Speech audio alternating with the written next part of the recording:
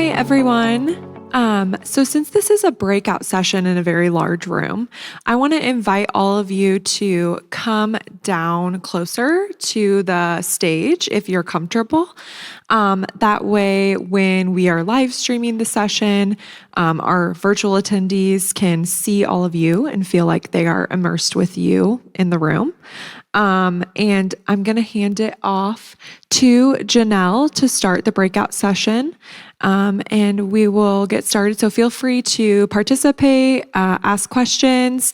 And this session might not take the full hour. So we invite you to, when Janelle's finished, go out into the hallway and mingle with the vendors and continue to visit those exhibitors as well. So thank you for joining this breakout session.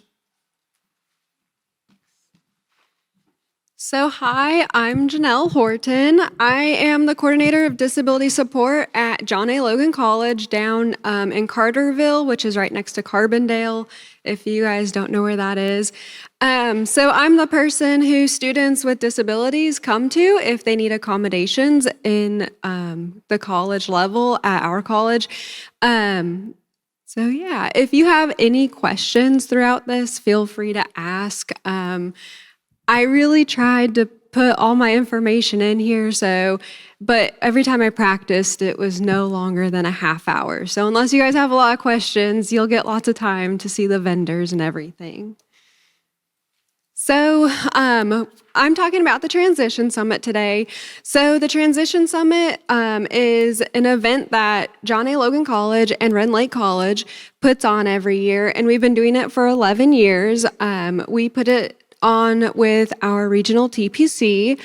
And so we have in-district high school juniors and seniors we invite out to learn about different certificate programs at the colleges, at Ren Lake College and John A., and then also college degrees as well as employability skills, because we know that not all students are college bound, and so we really want to give them all their options that they have after they graduate high school. So the itinerary for the John A. Logan College Transition Summit, it's also available in the handouts. I put the Ren Lake College as well as the John A. It might be easier to see in there, but we start at about 9 a.m. to give the students time to get to school and then get time for the schools to get the students transported to the colleges. And then we also provide a breakfast snack for the students so that they can eat before we start the day. And then we go into our keynote speaker. We typically use someone named Jeff McGoy. He's a great motivational speaker. He really engages with the students, and the students always give really good feedback about him. He's very interactive as well. And then we have our morning breakout sessions. So in these breakout sessions, the students get to pick which one they would rather go to. So there's the John A. Logan programs, certificates and 2-year, where this is where the students who are typically not going to be college bound, they end up choosing this session usually because it's more about the trades that we have. So like our welding program, our heating and air, our automotive. So the more hands-on classes that are less like book heavy classes. And then we have our transfer session where students who are who want to go into college for something that needs a bachelor's degree, we usually have them sign up for that one because we talk about how if you start at junior college, how that degree can transfer to a university and the benefits of that. And then we also have someone from SIU, because that's the university that most of our students transfer to. They come out and talk about the university. After that, we have lunch, and we usually have pizza. And so we do Joe's Pizza because it's local and it's something different than Domino's, which is usually what's given. And the students really like that. It's really easy. It's something that we can hand out and we can order enough of. Then we have the afternoon breakout sessions, and those are the students go to both of those. So we have the college support, where students learn about what supports there are in college, as well as employability skills. So we have someone from the community come out and talk about like what they would look for in somebody who is applying for a job. Then at the end, we have our closing remarks and our door prizes. So throughout the day, students who engage and ask questions or display positive behavior receive a raffle ticket. And each time they receive a raffle ticket, they can put their name on it. And then at the end of the day, they go into a drawing for prizes.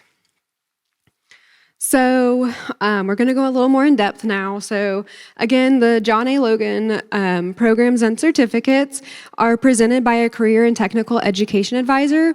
So he knows all the ins and outs of the different hands-on vocational programs that we offer and the differences between a certificate and a 2-year degree in that program.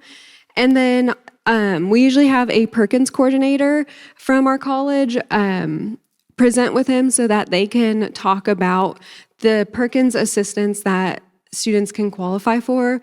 And every student who is attending this transition summit is a student who receives special ed services. So they all meet one of the qualifiers for Perkins assistance.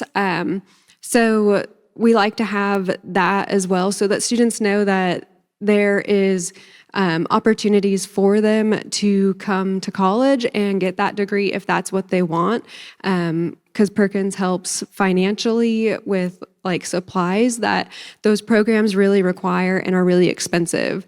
I know that doors also helps, but a lot of students usually don't know about door services, or they forget, or for some reason they don't sign up with doors, and so Perkins is that alternative route for them.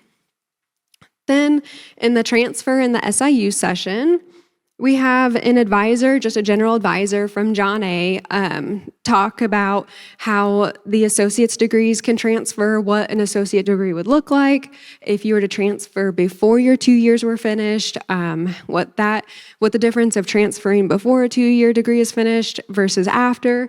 And then we have an SIU representative come out, like I said, and then he also talks about like transfer scholarships. So if you maintain a certain GPA when you finish at a JUCO, how much money you can receive for a transfer scholarship. And then he goes more in depth about some of the specific programs that SIU offers. So if a student is in that session and they have a specific program in mind, he can give them a little more information about that. So then in the afternoon, our college support session, we have staff from financial aid, career services, our foundation, which is our scholarship office, and then someone from our student success center come. And we talk about the services that those offices provide. And then I talk about the differences of accommodations in college versus high school. And how the process is, because a lot of students coming in, even though I attend a lot of their IEP meetings, they don't realize how different accommodations are in college versus high school, and how that process is a lot different. So I also like to be there because it gives them a face to the name, because a lot of the IEP meetings I attend are still virtual. So they at least have someone that they know where to go. And then we also talk about the responsibilities of the student once they get to college, because it's a lot different than high school. Like we were talking about earlier today, self-advocacy is huge. After their first meeting with me, once they're registered with me, I'm not going to talk to mom and dad anymore. It's all the students. So that self-advocacy is huge at the college level, because they are now an adult. They are the ones going to college. It's not their parents. And parents have a really hard time with that because they're so used to doing everything with their child or their student, and so they have a hard time with that. And I've seen that a lot of times students have a really difficult time transitioning because Sometimes I get students in my office and they don't know they have a disability. Their parents just told them to go there. So it's a big topic that we like to hit on because they don't realize how different college is going to be. Then in the employability skills, we have someone from the community, typically like a Walmart manager, a Love's manager, the county clerk, and they discuss what they like to see in people who are trying to get a job at their organization. And they go over resumes, interview skills, and what employers are looking for as much as they can in that 50-minute session. So like in interview skills, they talk about how you should dress if you show up to an interview, what not to wear, what a good resume looks like, what they're looking for, what kind of skills they're looking for, the qualities of the candidate that they're looking for. So the Rend Lake College Transition Summit itinerary is here, and it's very similar to the John A. Logan. All the same topics are discussed. The only difference is Rend Lake College offers campus tours because their facility is set up a little bit better for that, where we have a hard time at John A. Logan being able to fit that in due to how the format of the college is. And then what we did not present on this year was our military option. We've had it in the past, but we ended up taking it out this year because we had a low student interest in it last year. And then the staff that attended with the students really felt like it was based around recruiting, and they wanted something that was more informational for students. So a lot of students who would like or have an interest in the military, often ask questions, like specific questions about students with disabilities because they have a disability and they have a question that needs answered, and the recruiters sometimes don't know those answers. So we're looking for a way to incorporate that back in to be able to give them that option as well. So that brings us to the changes for next year. We are looking at bringing in representatives from trade programs, so unions. A lot of times in IEP meetings, students aren't college bound, they're work bound. Especially now, we're seeing a really big trend in students wanting to just go into work, not go to college, and that's absolutely fine. We would much rather, if they don't want to go to college, they don't come to college because they're not going to succeed if they don't want to be there. So the trade programs that we're hearing a lot of are linemen, electricians, and plumbers. And so we really want to bring them in to this day to give the students that option as well, and to really get to talk to people from that area that know the ins and outs, that are currently working, that are not trying to recruit them, but just give them that information. We want to bring back the military in a way that students can ask any question they have and hopefully get an answer, because that is, one of the opportunities after high school and the transition into adulthood is the option of the military. So we really want to give them all their options because this is a day for them to see what is available to them after they graduate high school and to be looking forward into that future. And then we want to make it more interactive. So this is a conference setup, is how we have it, but we really feel like the students get bored, just sitting there all day long, as do we when we go to conferences a lot of times. So we really want to find a way to make this engaging and interactive. So if you are to put something like this on, we would highly recommend finding a way. So one thing we're looking at is, instead of having them sit in a session about our trade programs, our career and technical education programs, have tables set up with the tools and things from that program that they can hands-on touch and see and talk to students that are actually in the program, versus just sitting there and learning about it.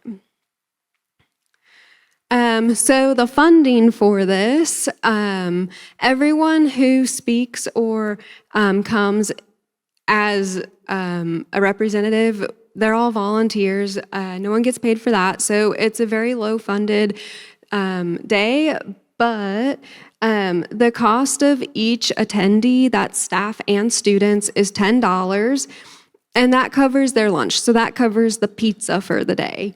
And then who pays that is the school that the participants come from. We do have one co-op that ends up paying for their whole co-op, everyone who comes for that, but typically it's the individual schools that come. And then we have 2 local high schools that bake the cookies for the dessert at lunch. So our West Frankfort school has a cafe that their students in special education work in, and they do all the baking. And so they bake the cookies for the Rend Lake College Summit, and then our Marion High School cooking class bakes the cookies for the John A. Summit. Then we also have a mini grant through the STEP program that pays for our opening speaker. I believe he costs $500 per day, so that mini grant just covers him. And then our STEP coordinator, one of our STEP coordinators, is the one that applies for that. And we have donations from the local businesses for the door prizes and the participation prizes. So at the end of the day, like I said, the students get the raffle tickets, they put them in, and they get to we draw for winners, so the more they interact, the higher chances they are to get a prize. At each summit, this year we had a Chromebook, so one Chromebook at John A. Logan and one Chromebook at Rend Lake College, and then that was the top prize. And then we had, I believe, 20 Walmart gift cards for $25 each, and then like at John A., we donated some t-shirts and merchandise, and then at Rend Lake as well. So the planning process for that, our TPC has monthly meetings, and so we discuss, the changes that we want to make, how we want to do it for next year, the date for next year, and everything like that.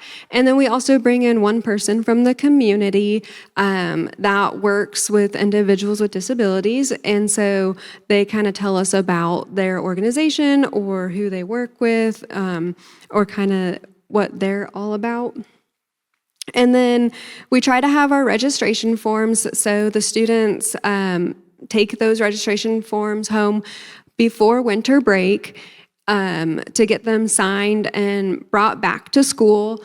And then we like to have them all submitted to us by Martin Luther King Day is usually a good day time frame to have those by, so that we can plan for how many people are coming and get the facility all planned out and everything.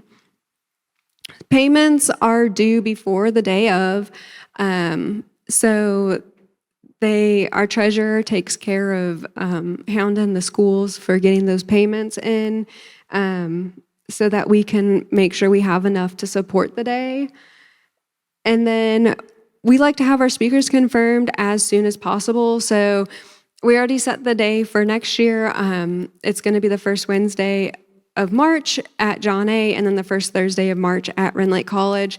And so I've already started reaching out to the people from John A. who speak so that they can get it on their calendar, because a lot of times we fill up fast. We have very busy calendars. So the sooner you can get your speakers confirmed, the better.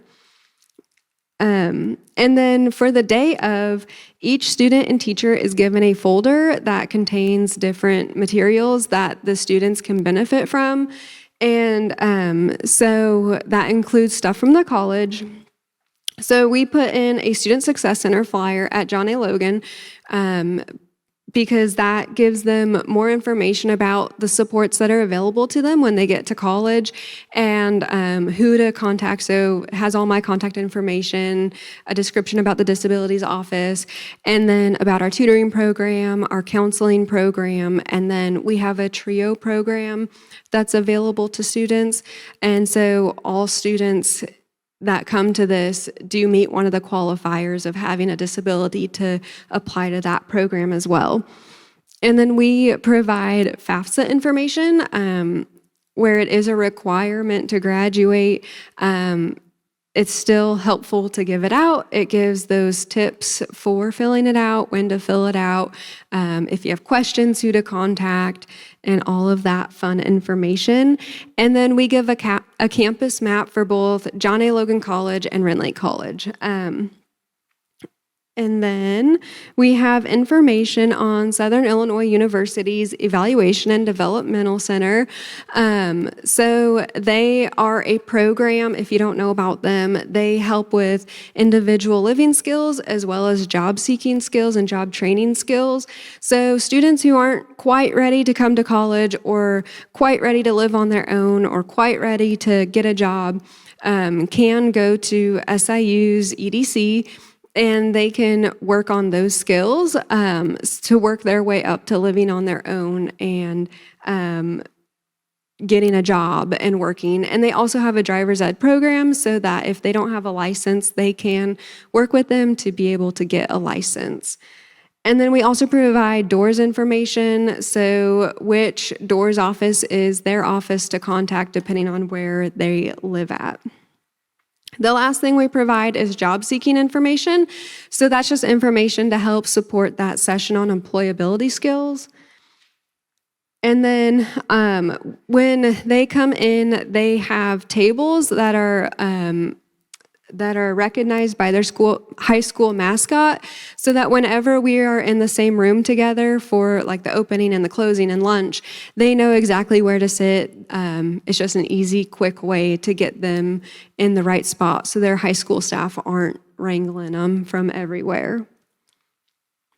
So our TPC consists of 2 co-chairs, Denise Jones, who's our Tri-County Special Education STEP Coordinator, and Becky Jones, who is our Franklin Jefferson County Special Education STEP Coordinator. And then our treasurer, Amber Thompson, who is our Williamson County Education Services Transition and STEP Coordinator. And then a bunch of other people. So Dr. Kirk Rhodes, who is the disabilities person at Rend Lake College, and then me, and then some DOORS representatives, EDC representatives, different high school special ed teachers, and then Southern Illinois Center for Independent Living representatives, as well as Opportunities for Access representatives. And then if you are wanting to start a transition summit of your own or some kind of day like this, I'd recommend contacting your local TPC or your local college or university's disabilities office. I say them because in higher education, we're always getting pushed to recruit more students. And so this is one way of getting some recruitment out there, because the students are seeing their college, they're going to visit, they're seeing the programs you have to offer. They may pick up something that they may not have known about, like a degree or a certificate.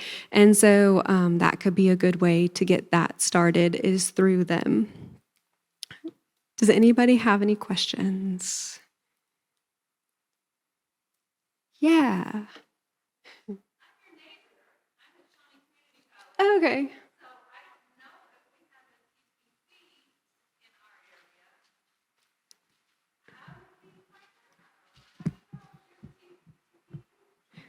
Okay, so the question was, she's my neighbor down at Shawnee Community College, and so she doesn't know if she has a local TPC and how to find that out.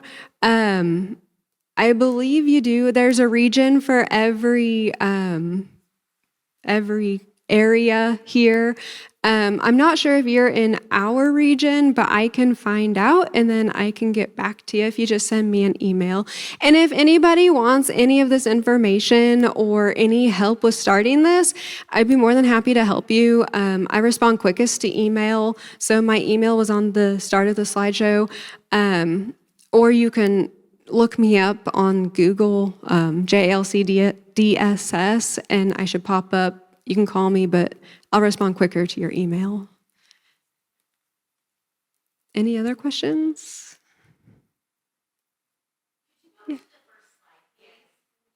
Yeah.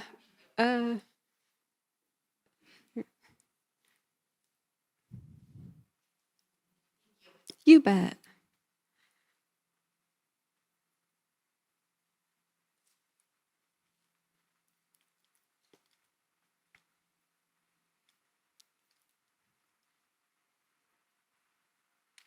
Any others? Yeah. Which of the programs is most popular that we find with students? Do you mean like college programs or like what college programs? So at our college, I see a lot of welding and heating and air. A lot of students who come through my office want to be nurses. But as Marty was saying in the opening session, they've been told all their life they can do anything they want to do, but when they come to college with a second grade reading level, they're probably not going to make it to the nursing program. So that's a big one we see, but a lot of them don't succeed in getting in. But those certificate programs like the welding and auto and heating and air, we really see a lot of students going through there because one, we have great faculty that work really well with our students and really take the time that, like the extra time outside of class to work with them to help them be successful, as well as it's only usually a 1-year degree, a 2-semester certificate, and then they can go out and make a lot of money and be very successful and not have to take, the college level math, the college level English, the social and behavioral sciences. So we see a lot of that. Yeah.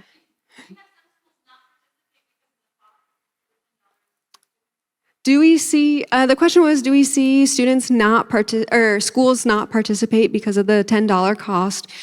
No, I think every school within our district does attend, except for this year we had one of our bigger schools not attend because it was right in the middle of their spring break. So that was the downfall of our date this year. But the cost usually doesn't seem to be a big problem. Yeah. What is it to sponsor the program? Sorry, what was that last part? How to get involved to sponsor it. You could just contact us. We'd be more than happy to have sponsors. I don't know, but I can find out from one of our co-chairs. But yeah, if you'd love to sponsor us, just shoot me an email and I'll make sure you get to the right person.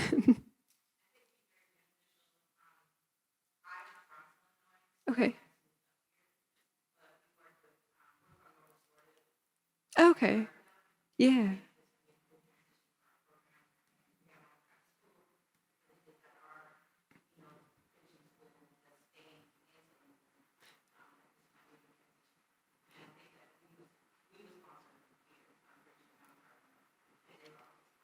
Yeah, we would love to have sponsors because we do feel that this is a great day. Number one, the students love it because they get a day out of school, but also because it does give them all their options in one day. So sponsoring would be great. And if you wanted to try to start something up here, now that you're up here, I could try to help you with that.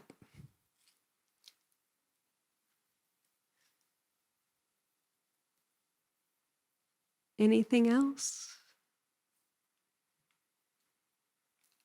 All righty. Well, if anyone has any other questions, feel free to reach out to me. Enjoy your lunch and check out those vendors. Thanks.